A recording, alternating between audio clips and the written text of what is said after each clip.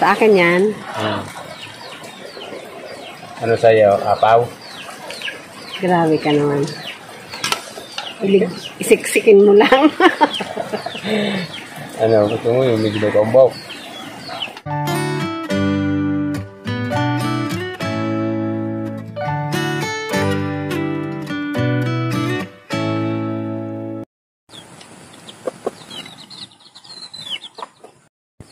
Hello guys, good morning.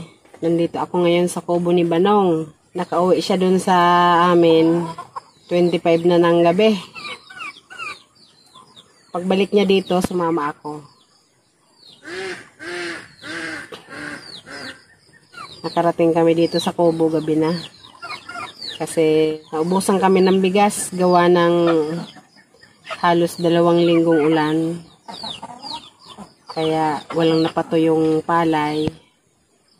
Pero pinalad naman kahapon kasi uminit.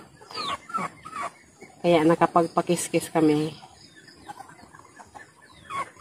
Sa sobrang haba ng pila, dumating yung anak ko. Dumating si Ono galing sa pagpakiskis. Mahigit 5:00 na. Kaya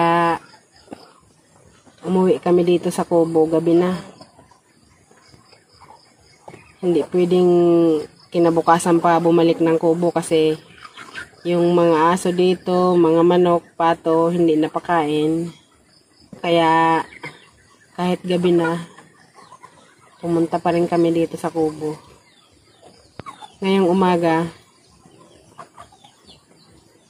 gumagawa ako ng bilo-bilo para sa aming almusal. Lalagyan ko ng maraming luya.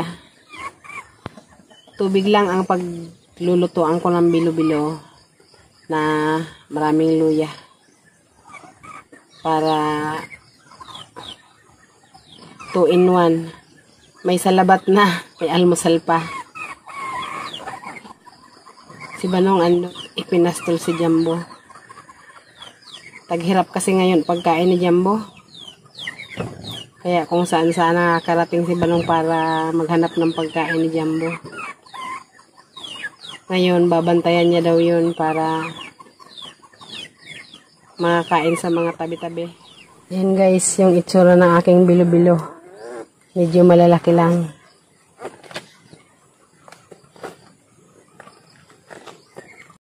I-check natin yung tubig kung kumukulo na. May mag-design Ito na guys, malapit ng kumulo.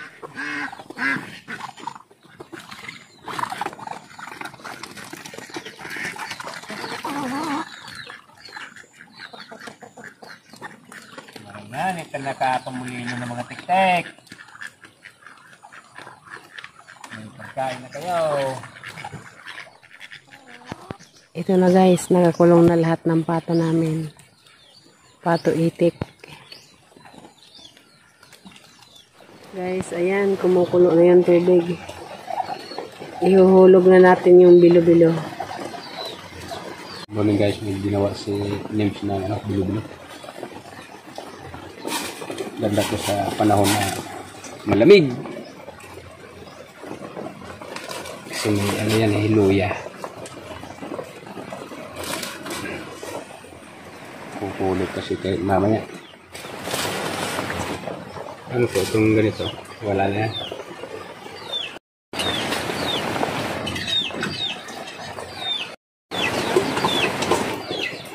Malamig ka na.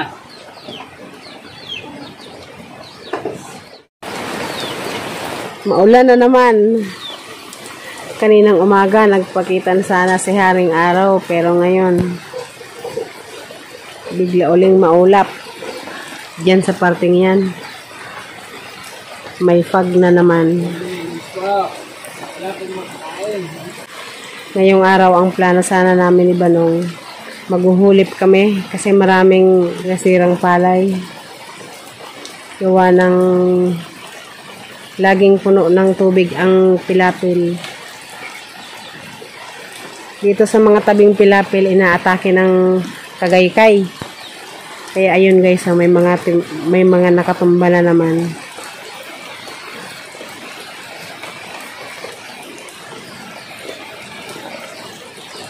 Ayan o. Tumba na naman yung iba. Ngayong araw lang yan. Inatake. Ayan o. Mga inayos na daw yan ni Banong eh.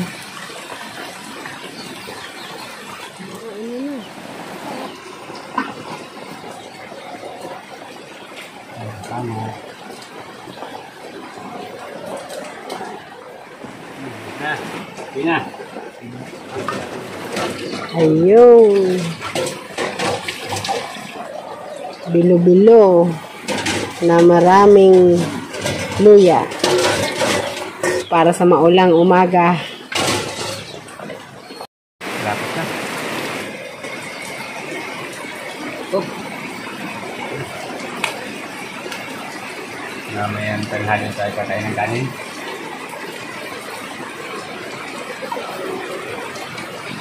Maulan pa rin Bikulan dyan. Hindi maubos-ubos ang tubig sa Kalawakan. Grabe Bicol makaulan.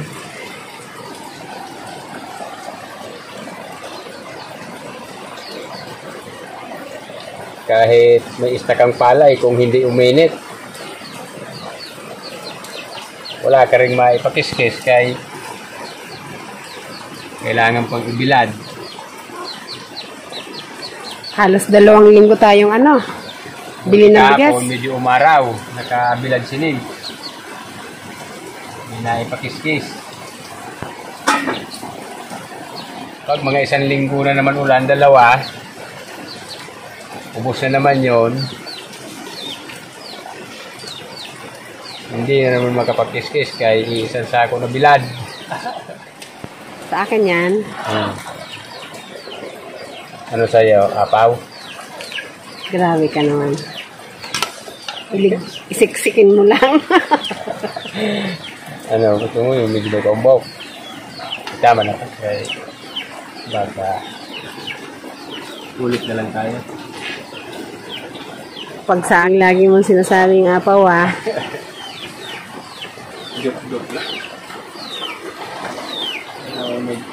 Napapasok naman ako. Kaya tayo ng mainit. Kaya para magkapagulip na. Mainit muna. Sige.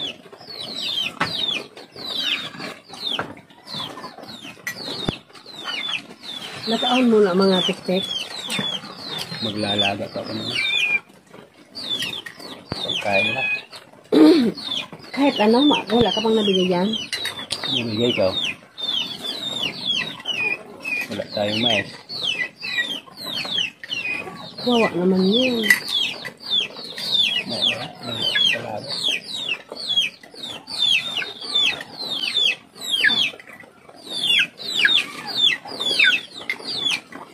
Dalawang kong pambilog. Kasi ginagta.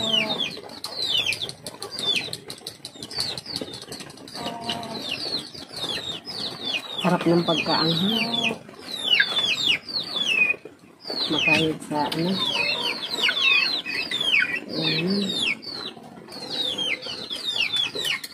Tingnan mo na. Talagang pinok. Buning!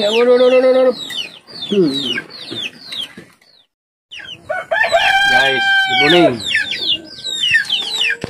Mag-a-apply muna ako ng kontra sa panlaban sa mga kagaykay. Kasi mag-i-spray na ako ng sa damo. Patutuyuan ko yan. Pag natuyuan, atake yung mga kagaykay kasi nasa pilapil sila. Kaya sa panabi, lalagyan ko nito habang may tubig pa. Ito malilit na butil. Habang may tubig pa, malulusaw sila pagbaba ng mga kagaykay sa palay. Baka makontrol sila. Sana makontrol kaya kinakain nila yung mga palay. Inulipan ko na ito nung 24 bago magpasko. Yung mga nakatumban to, putol na ang puno niya na. Kaya lalagyan ko ng pangontra dito sa panabi. Kasi dito sila sa mga plato nakatira. Ayan, butas na yan, oh. Pag wala ng tubig, bababa sila. Kakainin nila yan, oh. Sayang. Sinulipan ko na, kakainin naman nila. Sayang lang na. Ayun nakalitaw. Hindi tapos ng hulipan. Ano naman ang mga pisting yan.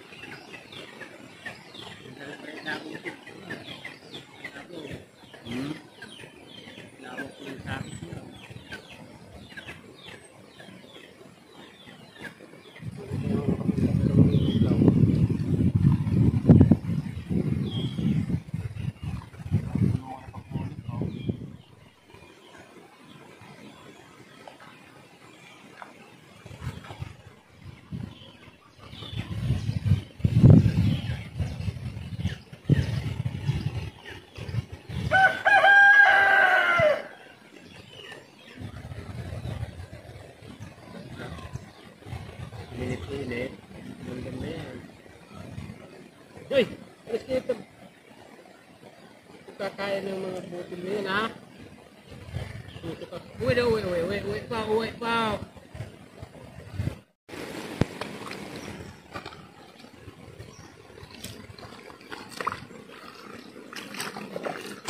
Daming hulipan. Talaga patibayan ng ano to.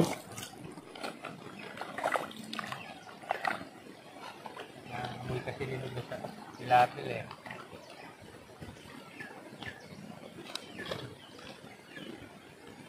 So, nabilang na nilog na tubigan. Dami ko na ng kato.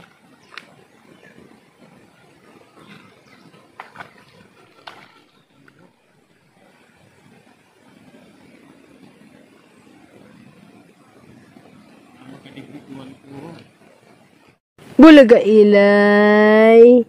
Ilay. Si Ilay, bait naman ni Ilay. Uwi na, Lay. Uwi na. May kuto ka? Parang wala galing.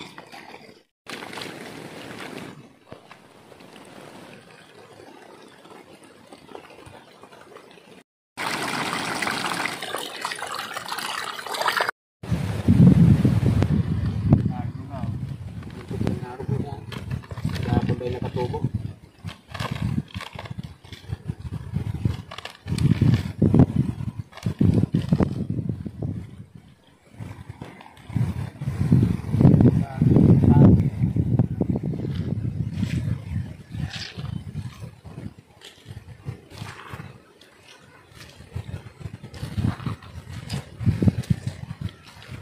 Igdi madahom-dahom baga igde. Garo kulang tagibuan igde.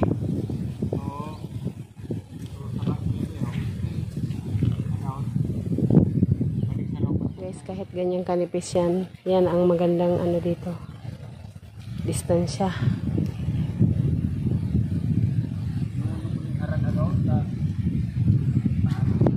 Magandang distansya ng palay.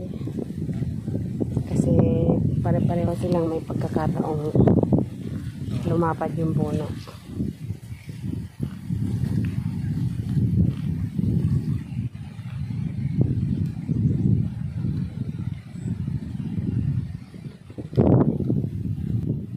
Kita mo pambalik.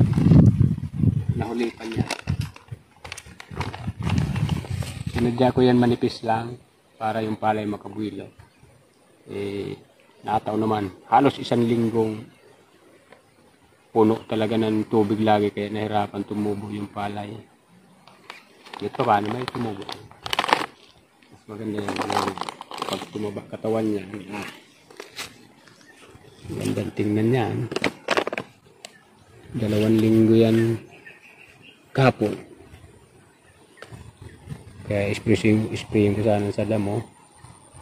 Kulimlim. Dapat maka-1 araw man lang na walang tubig. Hindi gaano matagay ito. Kasi laging may tubig. So, laging may tubig to.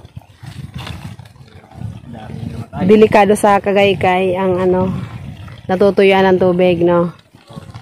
Pero pag may tubig, hindi gaano. Hindi siya gaano nakapaminsala pag may tubig. Oo. Ngayon, ang i-spray naman ni Banong, kailangan tuyo ang palayan. Hindi mapatuyuan. Kasi yung Kagaykay naman aatake. Paano gagawin mo dyan? Kaya yan, isasaboy niya na muna yung Puradan para masugpo. Bago, pagkatapos niyang magsaboy ng Puradan, tutuyuan niya lahat ng pilapil. Pagkatapos matuyo, mag-i-spray na siya ng pandamo.